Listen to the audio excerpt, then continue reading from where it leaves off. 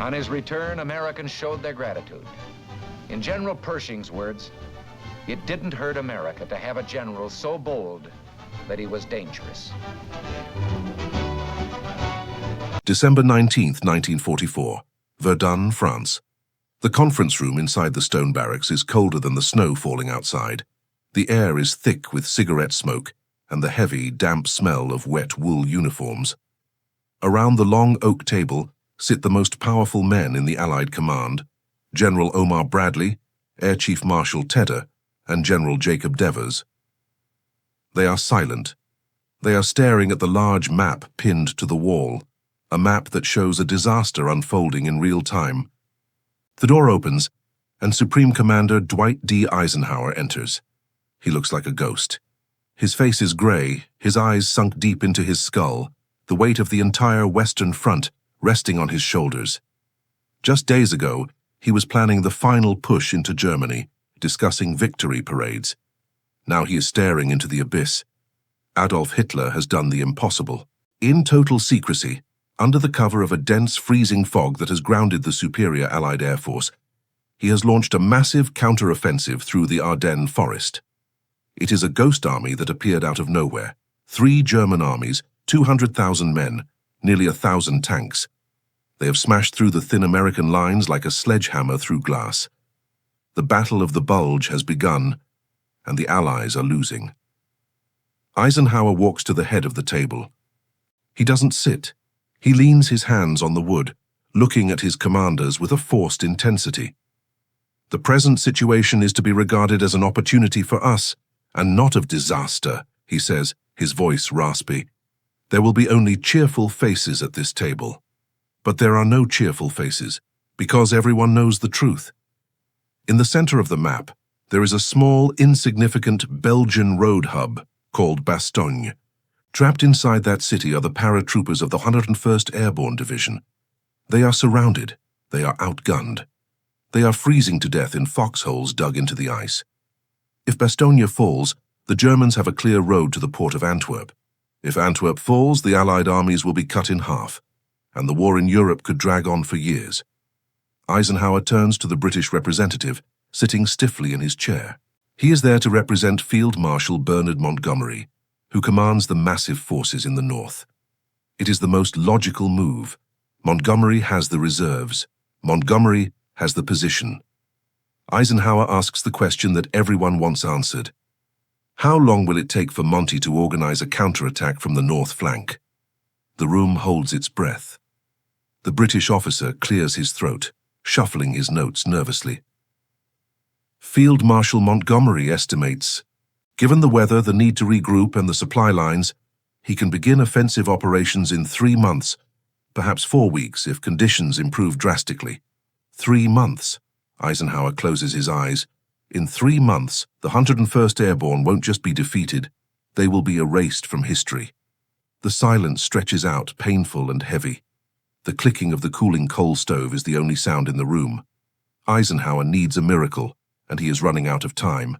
He turns his head slowly to the far end of the table, to the man who has been sitting quietly, polishing his high cavalry boots with a handkerchief, watching the panic with a strange, predatory intensity. General George S. Patton. Patton is the wild card, the old blood and guts. He commands the Third Army, which is currently engaged in a brutal, bloody fight 100 miles to the south in the Saar region. Eisenhower speaks softly. George, I want you to go to Luxembourg and take charge of the battle. When can you start? This is the moment. The military manuals say it is impossible. To move an army is like moving a city. You have to pull thousands of tanks out of combat, turn them around on icy roads, and march them 100 miles north without fuel trucks slipping off the cliffs. The logical answer is, give me a week. Patton stands up. He is wearing his ivory-handled revolvers. He looks at the map. He looks at Eisenhower. And then he delivers the line that defies physics. I can attack with 3 divisions in 48 hours. The room explodes. General officers scoff openly. One British aide whispers audibly, "The man is mad." Even Eisenhower looks annoyed, his patience snapping. "Don't be fatuous, George," Eisenhower snaps. "This is serious. You have to disengage from the Saar. You have to move over icy roads. You can't do it in 48 hours. Patton leans forward, his face inches from the map, his eyes burning. I'm not being fatuous, Ike. I have already issued the orders. My staff is working right now. I have 3 divisions ready to roll. The 4th Armored, the 26th Infantry, and the 80th Infantry. I will be in Luxembourg tomorrow morning, and I will kill every German son of a bitch between here and Bastogne. Eisenhower stares at him. He realizes for the first time that Patton isn't bragging. He isn't guessing. He is the only man in the room who saw this coming. He nods slowly. Go, Eisenhower whispers. Go, George, and give them hell. As Patton walks out of the cold room into the snowstorm outside, he lights a cigar. He knows something the others don't. He hasn't just promised to move an army. He has promised to fight a war on 2 fronts, one against the Nazis and one against God himself. Because to make that deadline, he needs the snow to stop. General Patton steps out of the conference room in Verdun. The heavy wooden door slams shut behind him, muffling the voices of the doubting generals. He walks briskly to his waiting staff car, his boots crunching on the fresh layer of snow. His driver, Sergeant Mims, sees the look on the old man's face. It isn't fear, it is pure, unadulterated focus. Patton climbs into the back seat and snaps a single order. Get me to a telephone, a secure line, now. They speed through the ruined streets of Verdun to a makeshift communications post. Patton grabs the handset. He demands to be connected to Lucky Forward, the code name for his 3rd Army headquarters in Nancy. The line crackles with static, then a voice comes through. It is Brigadier General Hobart Hap Gay, his chief of staff. Hap, Patton barks, his voice cutting through the interference. The code word is Lucky. I repeat, Lucky. Spin the wheel. On the other end of the line, Hap Gay pauses for a fraction of a second. General, he says, confused. The meeting just ended. Did Eisenhower give the order? Patton grins, clutching the receiver. He just did. But we both know the 4th Armored started moving an hour ago. Tell the boys to drive until their engines bleed. I want 3 divisions hitting the road north before midnight. We are going to Bastogne. This phone call triggers the most complex logistical maneuver of World War II. It becomes known as the Great Wheel. In military academies today, they teach that disengaging an army in contact with the enemy takes days. Patton does it in hours. He has to pull 133,000 men and 32,000 vehicles out of a brutal fight in the Saar, rotate them 90 degrees, and march them 100 miles over single-lane roads covered in black ice, and he has to do it in total secrecy. The order goes down the line like an electric shock. In foxholes filled with freezing sludge, sergeants blow their whistles. All right, you sons of bitches, on your feet, we're moving out. The soldiers are confused. They are fighting south. Why are they turning north? Are they retreating? No. 3rd Army doesn't retreat. They are attacking in a new direction. The roads become a river of steel. It is a nightmare of logistics. The tanks, Shermans, tank destroyers, half-tracks, slide uncontrollably on the ice. One slip means a 40-ton machine tumbling down a ravine. To maintain secrecy, Patton orders a total blackout. No headlights, no cigarettes.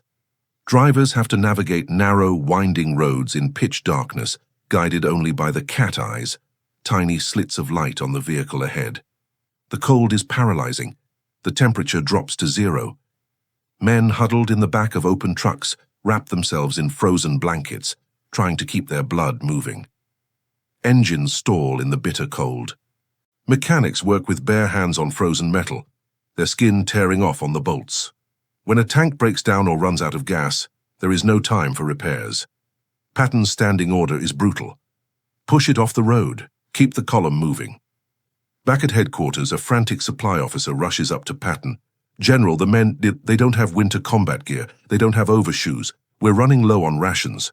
If we march them 100 miles in this weather without hot food, they'll collapse. Patton turns on him, his eyes narrowing. My men can eat their belts, but my tanks have got to have gas, he growls. We are going to Bastogne. If a man falls, he falls.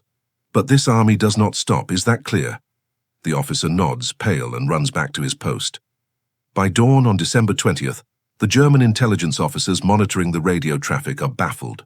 The Third Army, which was hammering them in the Saar yesterday, has simply vanished. They assume Patton has gone into reserve to rest.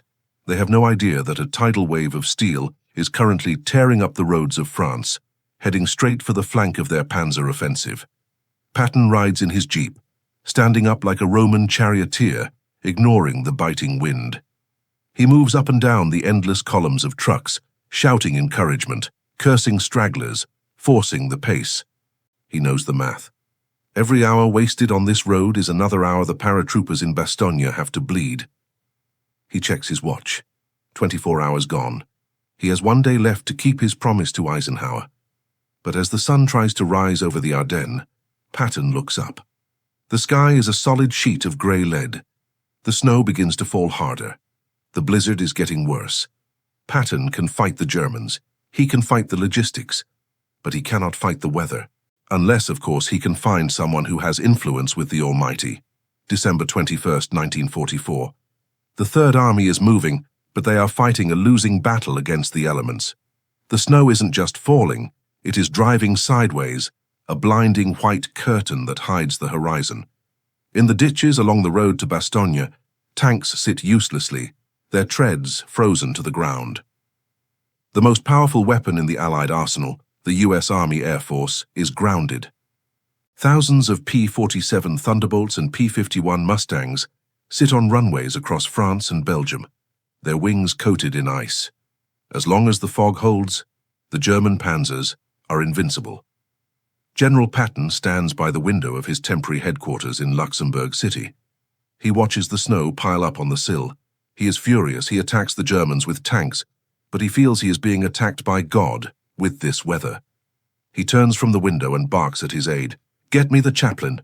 A few minutes later, Colonel James O'Neill, the Third Army chaplain, enters the room. He brushes the snow off his shoulders, looking confused. Chaplains are usually called for last rites or morale boosting, not for strategic command meetings. "General?" O'Neill asks. Patton doesn't waste time with pleasantries. "Chaplain, I want you to publish a prayer for good weather. I'm tired of these soldiers having to fight mud and floods as well as Germans. See if we can't get God to work on our side." O'Neill blinks. He assumes the general is joking. "Sir, it's not customary for the church to pray for clear weather, specifically to kill fellow men." Patton walks up to him, looming over the priest. "Chaplain, are you teaching me theology, or are you the chaplain of the Third Army? I want a prayer to stop this rain, and I want 250,000 copies printed. I want every man in the Third Army to have one in his hand by tomorrow morning. If we got to pray to get air cover, then we are going to pray." O'Neill realizes this is not a request. It is a combat order. He goes to his typewriter and drafts what will become the most famous prayer in military history. "Almighty and most merciful Father, we humbly beseech thee, restrain these immoderate rains. Grant us fair weather for battle.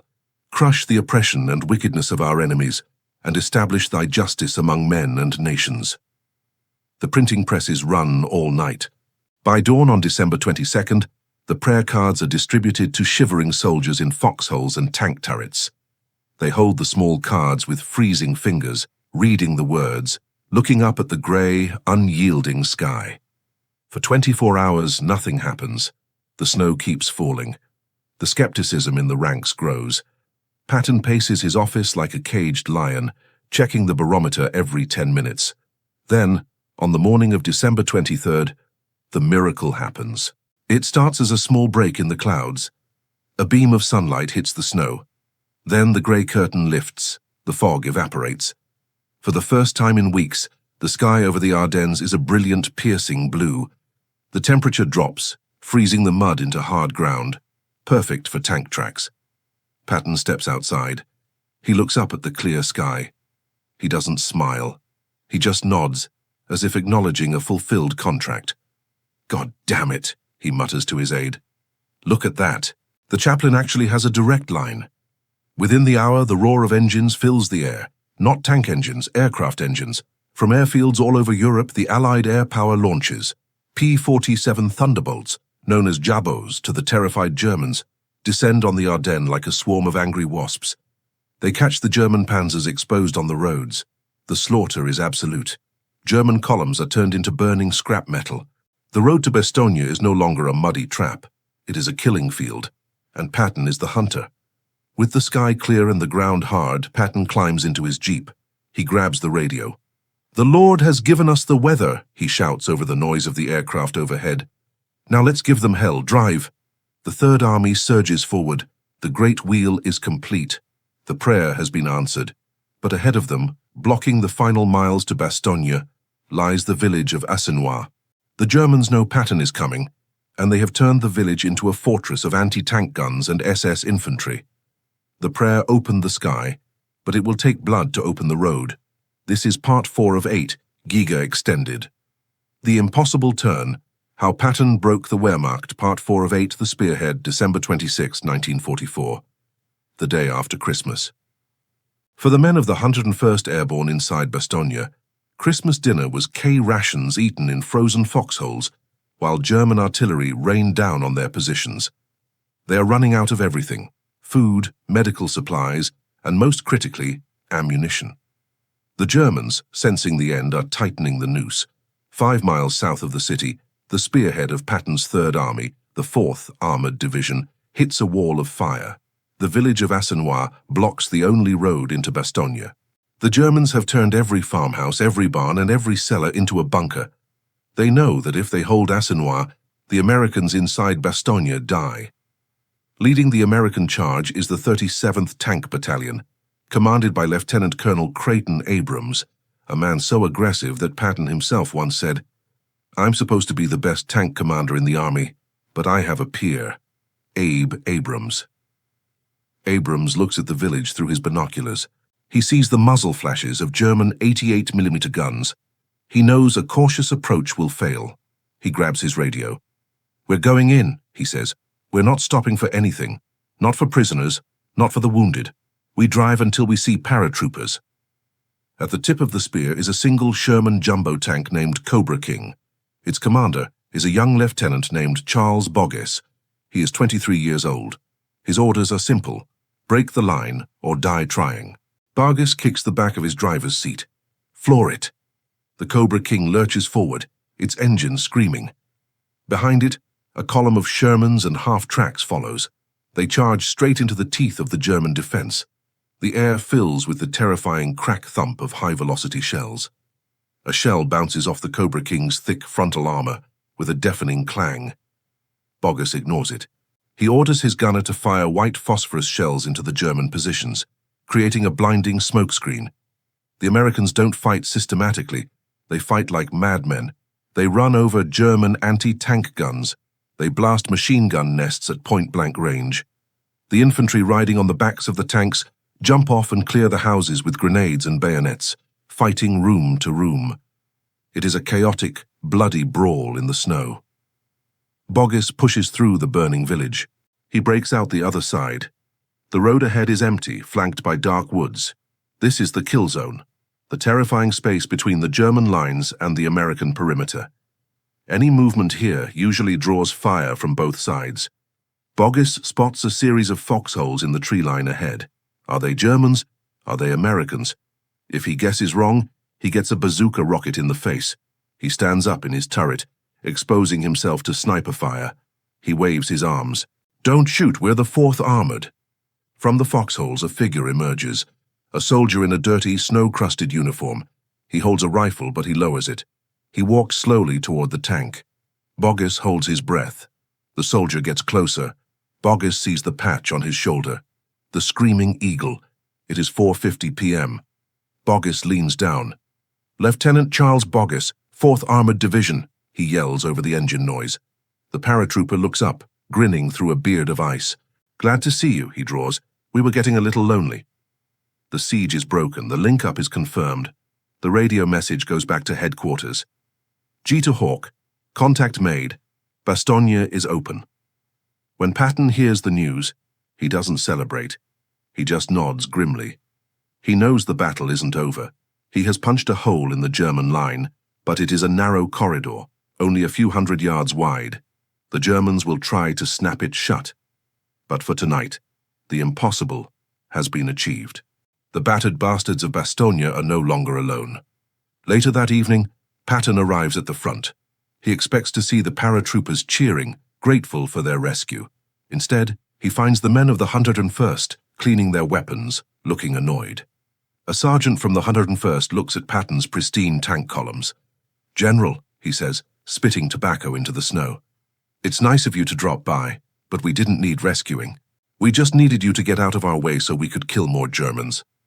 Patton laughs, a deep, guttural laugh. He turns to his aide. "God, I love these men. They are just as crazy as I am." December 27th, 1944. The headline in the New York Times reads, "Patton breaks through." In the United States, champagne corks are popping.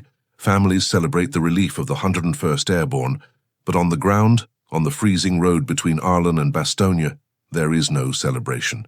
There is only a meat grinder. The corridor that Lieutenant Boggess and the Cobra King opened is razor thin. It is less than 300 yards wide in some places. To the west are the desperate remnants of the German 7th Army. To the east, the elite SS Panzer divisions. Both sides know the same truth. If the Germans can snap this thin blue line, the 101st is trapped again, and Patton's Third Army will be cut in half. The road becomes known as the Corridor of Death. German artillery zeroed in from the high ground, pounds the convoys relentlessly. Ambulances racing south with wounded paratroopers are blown off the road. Trucks carrying ammunition north are incinerated. But the drivers, part of the Red Ball Express, keep driving. They don't stop for barrages. They drive through the fire because they know that every shell that doesn't reach Bastogne means a dead American. Patton is aware of the cost. He establishes his forward command post in a farmhouse nearby. The walls shake with every impact. He isn't looking at maps anymore. He is looking at casualty lists. The Third Army is bleeding. They are losing 1,000 men a day, not just to bullets, but to the cold. Trench foot becomes a bigger enemy than the Nazis. Men standing in waterlogged foxholes find their feet turning black, the flesh dying.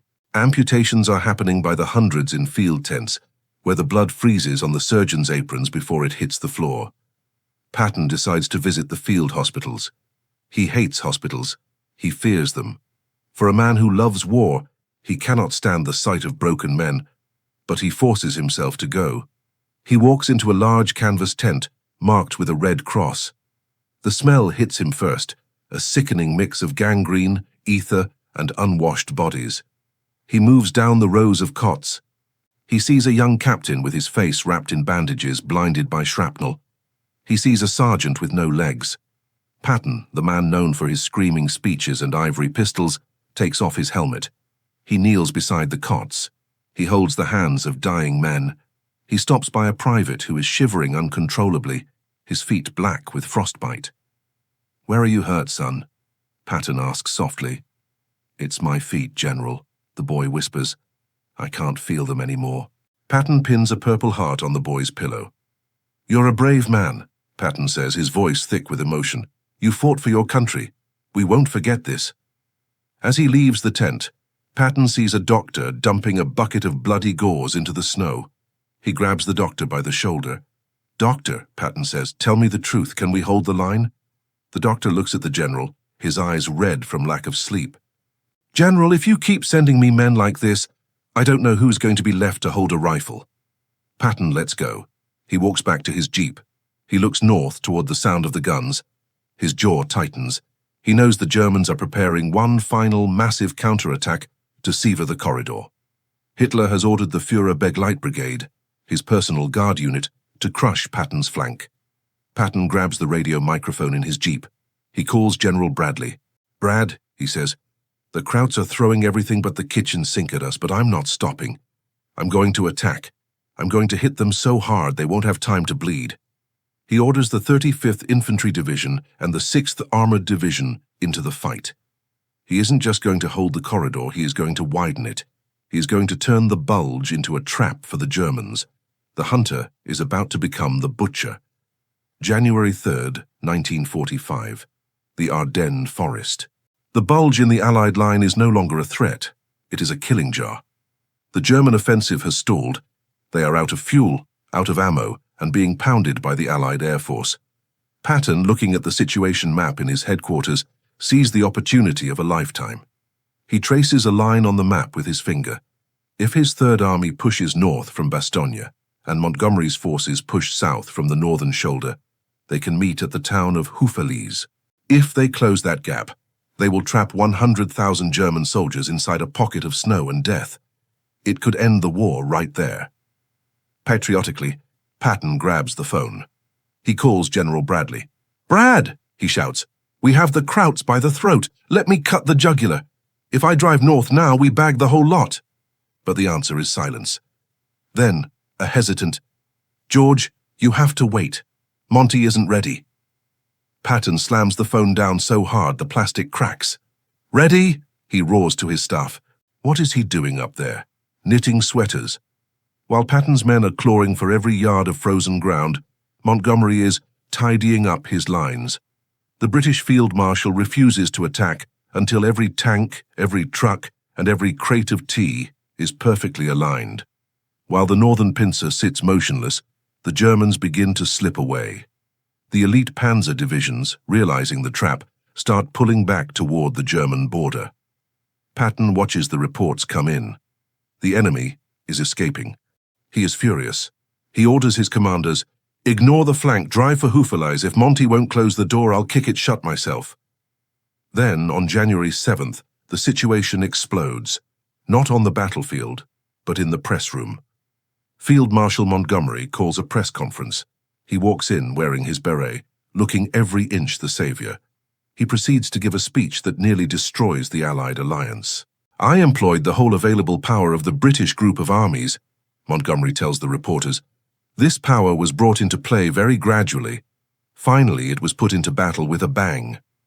He paints a picture of the American troops as demoralized, broken, and in need of rescue by the British. He implies that he, and he alone, stepped in to save the poor Americans from disaster. He barely mentions Patton's 90-degree turn. He barely mentions the 101st stand at Bastogne. When the transcript reaches General Bradley's headquarters, Bradley turns purple. He throws the paper across the room. "That son of a bitch," Bradley hisses. "I will not serve under him. I'll resign first." Patton reads the report in his jeep. He laughs, but it is a cold, dangerous laugh. He takes out his diary and writes, "Monty is a tired little fart. War is a simple thing, but he tries to make it complicated to look smart." The crisis reaches Eisenhower. He realizes that his top American generals are about to mutiny. He has to intervene. He essentially forces Montgomery to issue a clarification, but the damage is done. The trust is gone. The rivalry is no longer professional, it is personal. Patton decides he is done waiting for permission. He drives to the front line of the 11th Armored Division. He finds the commander. "General!" Patton yells over the noise of artillery. "Forget the maps. Forget the boundaries. I want you to go to Houffalize and shake hands with the First Army. And if you see any British soldiers on the way, try not to run them over, but don't let them slow you down." The Third Army surges forward with a new ferocity. They are fueled by anger. They fight through deep snowdrifts, clearing German roadblocks with flamethrowers. On January 16th, patrols from Patton's Third Army finally link up with the American First Army at Houffalize. The gap is closed. The Bulge is eliminated. Patton stands on a hill overlooking the link-up. He watches the tanks meet. He has done it. He has saved the 101st, stopped the German offensive, and closed the pocket. But as he looks east, toward the German border, his eyes narrow. "We missed them," he mutters. "Because we waited, half of them got away." He turns to his driver. "Get in. We aren't finished. We're going to the Rhine. And this time, I'm not waiting for anyone." March 1945. The banks of the Rhine River. This is the last great barrier of the Third Reich. Beyond this dark, swirling water lies the heart of Germany. For months, the Allied commanders have been obsessed with one question: who will be the first to cross? In the north, Field Marshal Montgomery is preparing the largest amphibious assault since D-Day. It is called Operation Plunder. It is a massive theatrical production. He has stockpiled 250,000 tons of supplies. He has gathered 30,000 engineers. He has requested a smokescreen 50 miles long to hide his movements. He plans to launch his attack on March 23rd, with the eyes of the world watching him. He explicitly orders the Americans to stay put. He wants the glory of breaching the Rhine to be a British victory. 100 miles to the south, General Patton stands on a muddy bank near the town of Nierstein. He is looking at the water. He doesn't have 250,000 tons of supplies.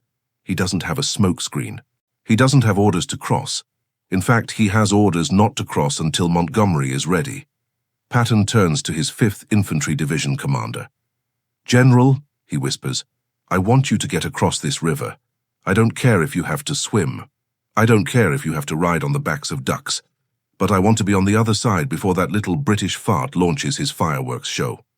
On the night of March 22nd, 24 hours before Montgomery's scheduled main event, Patton makes his move. There is no artillery barrage to warn the Germans. There are no bombers, just silence. Under the cover of darkness, men of the 5th Division slide canvas assault boats into the black water. They paddle silently toward the German shore. The Germans are caught completely off guard. They are expecting a massive attack in the north. By the time the German sentries realize what is happening, American bayonets are already in their trenches. By dawn, 6 battalions are across. Patton's engineers work like men possessed. They build a pontoon treadway bridge in record time, fighting the strong current. By mid-morning on March 23rd, Sherman tanks are rolling across the Rhine. Patton walks out onto the swaying pontoon bridge. He stops in the exact center. The tanks rumble past him, shaking the structure. He looks north, toward where Montgomery is still holding press conferences about his upcoming attack. Patton unzips his trousers. Right there, in front of his men, in front of the photographers, General George S. Patton urinates directly into the Rhine River. He buttons up, turns to the camera, and grins. "I've been looking forward to this for a long time," he says. "I didn't even measure the water temperature." He walks to the far bank, the German side. He stumbles on purpose, falling to his knees. He grabs 2 handfuls of German soil. He stands up, holding the dirt in his fists like a conqueror. "Thus I seal my pact with Germany," he roars. He runs to his jeep and grabs the secure radio line to General Omar Bradley. "Brad!" Patton shouts, his voice cracking with glee. "Don't tell anyone, but I'm across." Bradley is stunned. "You're across? George, that's impossible. You have to wait for Monty." "I can't wait, Brad." Patton laughs. "I'm already there. I have a whole division on the other side looting sausages. But do me a favor. Don't announce it yet." Bradley is confused. "Why?" "Wait until tonight," Patton says. "Wait until Monty starts his big artillery barrage. Wait until he tells the world he is about to make the first crossing. Then interrupt the broadcast and tell them the Third Army is already taking a piss on the other bank." That night, March 23rd, the sky in the north lights up with thousands of British artillery shells. Montgomery launches his colossal Operation Plunder. It is a magnificent display of firepower. The BBC broadcasts the drama of the first assault on the Rhine, and then the news breaks. The announcement comes from Supreme Headquarters. Without benefit of aerial bombardment or artillery smoke, the Third Army crossed the Rhine River last night. It is the ultimate insult. Patton has stolen the show. He has proven once and for all that speed and audacity are worth more than all the planning in the world. While Montgomery was building a stage, Patton was winning the war. But Patton isn't stopping to celebrate. He climbs back into his tank. "To Berlin!" he shouts. "I'm going to shoot that paper-hanging son of a bitch Hitler myself." April 1945. The heart of Germany. The Third Army is now a runaway locomotive. Having crossed the Rhine, there is nothing left to stop them. They are tearing through the German countryside, capturing 10,000 prisoners a day. Patton is in his element. He sleeps 4 hours a night. He is constantly moving, driving his jeep to the front, urging his tanks toward the ultimate prize, Berlin. But on April 15th, the order comes down from Eisenhower. "Halt!" Patton stares at the message. He is furious. "Halt!" he screams at his staff. "We are winning! We can take Berlin! We can take Prague! Why are we stopping?" The politics of war have taken over. The politicians have decided to leave Berlin to the Russians. Patton is ordered to turn south toward Austria. He tells his staff, "Ike is unwilling to gamble. He plays war like a game of bridge. I play it like poker." But as the Third Army swings south, they stumble upon something that stops even George Patton cold. On April 4th, near the town of Ohrdruf, the 4th Armored Division discovers a sub-camp of Buchenwald. Patton arrives the next day. The smell hits him a mile away. It is a smell of death so thick it tastes like copper in the back of the throat. The man who walked through artillery fire without blinking, the man who slapped a soldier for crying, walks through the gates of Ohrdruf and turns pale. He sees the piles of emaciated bodies stacked like firewood. He sees the kill shed. He sees the living skeletons staring at him with hollow eyes. Patton, the man of iron, walks behind a barracks and vomits. He comes back, his face streaked with tears and rage. He grabs the local German mayor by the collar. He orders his military police. Round up every civilian in this town, I don't care if they are women or children. March them through here. I want them to see what they allowed to happen. Make them look. This moment changes him. The glorious war he loved is revealed to be a slaughterhouse. He writes to his wife, Beatrice, "I have never felt so low. There are no words for this." May 8th, 1945, VE Day.